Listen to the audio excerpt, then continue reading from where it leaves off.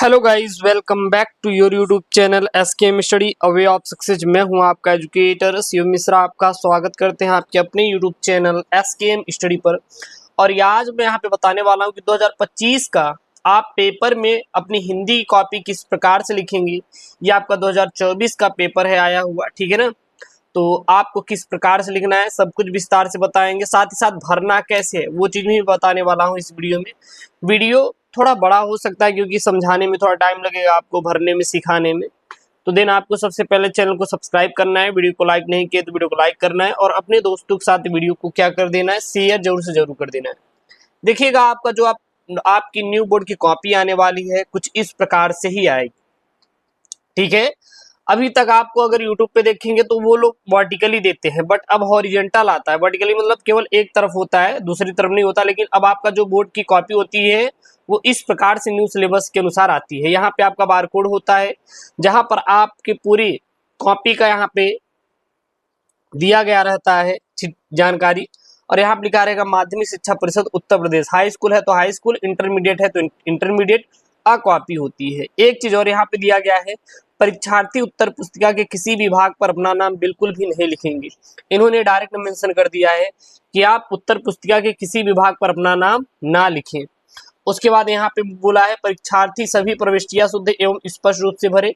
यहाँ से कोई लेना देना नहीं, हमें मेन ही, यानी कि यहाँ पे सीधा लिखा है कि निम्नांकित क्रमांक 1 से 6 तक की पूर्ति परीक्षार्थी स्वयं करे। मतलब आपको खुद से यहाँ पे भरना रहेगा। जैसे यहाँ पे परीक्षार्थी का अनुक्रमांक अंकों में, परीक्षार्थी का अनुक्रमांक शब्दों में, फिर विषय हो गया, प्रश्न पत्र हो गया, प्रश्न पत्र पर अंकित संकेतांक। अच्छा ये क्या है सर अंकित संकेतांक? यही जो होता है यही आपका क्या होता है सर, पेपर कोड होता है। तो यही पेपर कोड आपको यहाँ पे फिल करना रहेगा। उसके बाद परीक्षा का दिन, परीक्षा की तिथि, पाली और केंद्र का नाम, बस इतना आपको लिखना है। इससे ज्यादा आपको कुछ नहीं लिखना है। चलिए बता देते कैसे आपको भरना है। सबसे पहले ध्यान दीजिएगा, आप अपने अनुक्रमांक को अंकों में भर लेंगे। नीली पेन या ब्लैक पेन का यूज करेंगे, कोई दिक्कत नहीं, ठीक है ना। अंकों में भर लेंगे अपने रोल नंबर को। जैसे यहाँ पे है 5360230301, तो ये अंकों में भर लेंगे। अब इसी को शब्दों में भरना है। अब ऐसा नहीं कि 5 करोड़ इतना इतना करके भर, नहीं, जो ऊपर दिया है वही नीचे भरना है। क्योंकि अब आपका रोल नंबर 10 अंकों का आता है ना। तो 5 है तो 5, 3 है तो 3, 6 है तो 6, 2 है तो 2, 0 है तो 0, 3 है तो 3, 1 है तो 1। इस प्रकार से आप पूरा का पूरा क्या करेंगे, भर लेंगे, कोई दिक्कत नहीं है। लेकिन बच्चे कमेंट करते सर कॉमा नहीं लगाएंगे। भाई कॉमा क्यों नहीं लगाओगे? आपको कॉमा लगाना है 5, फिर कॉमा 3, फिर कॉमा 6, ताकि ये समझ में आए ना कैसे कैसे है। फिर यहाँ पे आपका विषय जो रहेगा उसको डाल देंगे, प्रश्न पत्र में केवल डालेंगे, प्रश्न पत्र पर अंकित संकेतांक जो रहेगा पेपर कोड वो डाल देंगे, परीक्षा के दिन, परीक्षा की तिथि, पाली और यहाँ पे केंद्र का नाम यहाँ पे भर देंगे। अब बात करते हैं सर कि आपको कॉपी कैसे लिखना है। ध्यान देना, यहाँ पे अगर देखेंगे तो आपका ये पेपर जो है, ये जो पेपर है इसमें जो सबसे पहले खंड क रहेगा और इधर आएंगे तो आपका क्या रहने वाला है, खंड ख रहने वाला है। यहाँ पे आएंगे तो यहाँ पे देखेंगे तो खंड ख है, क्या है, खंड ख है। तो सबसे पहले उस प्रश्न का चुनाव कर लेंगे जिसका आपको करना रहेगा, जिसका उत्तर सबसे अच्छे से आता रहेगा। अगर आपको खंड क अच्छे से आ रहा है तो खंड क का उत्तर देंगे। अगर खंड ख का उत्तर अच्छे से आ रहा है तो खंड ख का आप उत्तर देंगे। तो सबसे पहले हमें खंड ख सर मालूम है तो हम यहाँ पे खंड क लिख देंगे। उसके बाद अब यहाँ पे देखेंगे कि यहाँ पे प्रश्न दिए गए हैं और 4 ऑप्शन है। तो आप सीधा प्रश्नोत्तर संख्या पहले का क, अब पहले का क जो क्वेश्चन रहेगा उसको लिखिएगा, फिर यहाँ पे आंसर लिख देंगे। जैसे यहाँ पे है देखिए प्रश्नोत्तर संख्या पहले का क जो इसका आंसर है, अगर बी वाला है बी वाला, सी वाला सी वाला, यहाँ पे लिख देंगे वासुदेव सड़ग्रवाल। इसी प्रकार प्रश्नोत्तर संख्या पहले का ख, पहले का ग, पहले का घ, इस प्रकार से लिखेंगे। समझ में आ रहा है ना, जैसे बोला गया है बस ऐसे ही आपको सेम टू सेम। और फिर एग्जामिनर भाई चेक करेगा, आपको 1 नंबर देता हुआ चला जाएगा। यहाँ पे आप देख सकते हैं ऐसे ही राइटिंग से। और राइटिंग का विशेष तौर पर ध्यान देना है, बच्चे राइटिंग पर विशेष तौर पर ध्यान नहीं देते जिसके वजह से उनका नंबर कटता है। आपको ये सब गलती नहीं करना है, आपको बढ़िया एकदम बढ़िया राइटिंग से बढ़िया प्रश्नोत्तर संख्या डालिए, यहाँ पे 2 लाइन खींच दीजिए। अच्छा एक चीज है कि बच्चे क्या करते हैं, दोनों तरफ लाइन मतलब खींच देते हैं। देखिए यहाँ पे जो कॉलम यहाँ पे डाला गया है ये दोनों तरफ आप हंसिया खींच देते हैं, नहीं, ऐसा नहीं करना।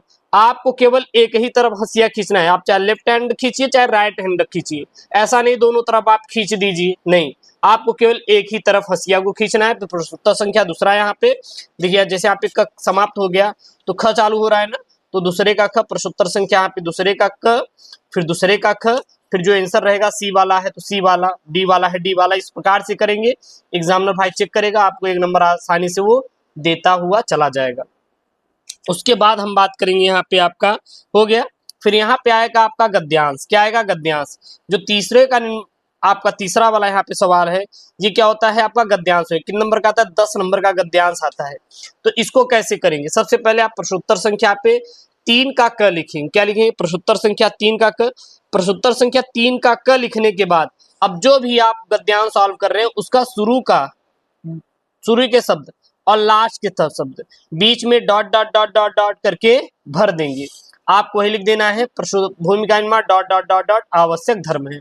अब इसका जो भी सवाल है आप ए बी करके दे देंगे, आप यहाँ पे डाल देना प्रश्नोत्तर संख्या तीसरे का, मतलब ये प्रश्नोत्तर संख्या तीसरे का क्या है? आपका आंसर है। उसके बाद देखेंगे तो यहाँ पे प्रश्नोत्तर संख्या तीसरे का ख, तो यहाँ पे आंसर हो गया। प्रश्नोत्तर संख्या तीसरे का ग, यहाँ पे आंसर हो गया। प्रश्नोत्तर संख्या तीसरे घ, यहाँ पे आंसर हो गया। उसके बाद प्रश्नोत्तर संख्या यहाँ पे तीसरे का अंगा, ये वाला आंसर हो गया। फिर आपका गद्यांश के बाद आपका पद्यांश आता है। यहाँ पे देखिए पद्यांश है ना 4 नंबर का, 10 नंबर का है। यहाँ पे चौथा नंबर कितने नंबर का है? 10 नंबर का है यहाँ पे। तो आप डालेंगे प्रश्नोत्तर संख्या चौथा। अब यहाँ पे क ख ग शुरू करेंगे। उसके पहले आप जो भी गद्यांश पद्यांश हल कर रहे हैं उसको यहाँ पे पद्यांश का शुरू का शब्द और लास्ट का शब्द बीच में डॉट डॉट डॉट करके स्पेस कर देना है। एग्जामिनर को ये पता चले कि हाँ आपने इसी पद्यांश का उत्तर दिया है। फिर यहाँ पे आपने इसका आंसर लिख दिया। उसके बाद आएंगे तो यहाँ पे देखिए प्रश्नोत्तर संख्या चौथे का ख, फिर चौथे का ग, फिर चौथे का ग, इस प्रकार से करते हुए आप लोग चले जाएंगे। ठीक है ना, बाकी टेंशन मत लेना, मैं पूरी बोर्ड की तैयारी करवा दूंगा। अब बात आती है प्रश्नोत्तर संख्या 5। जो देखेंगे 5 रहेगा ये आपका जीवन परिचय रहेगा। देखिए आपका एक लेखक का जीवन परिचय आएगा 5 का क, और 5 का ख किसका आएगा? कवि का जीवन परिचय आएगा।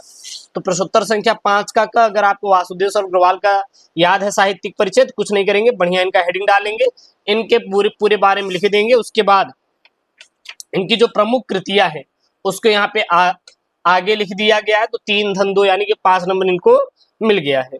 उसी प्रकार से यहाँ पे इन्होंने महादेव वर्मा का चूज किया है कवि में। 5 का ख आपका कवि वाला होता है, महादेव वर्मा हेडिंग इन्होंने डाला।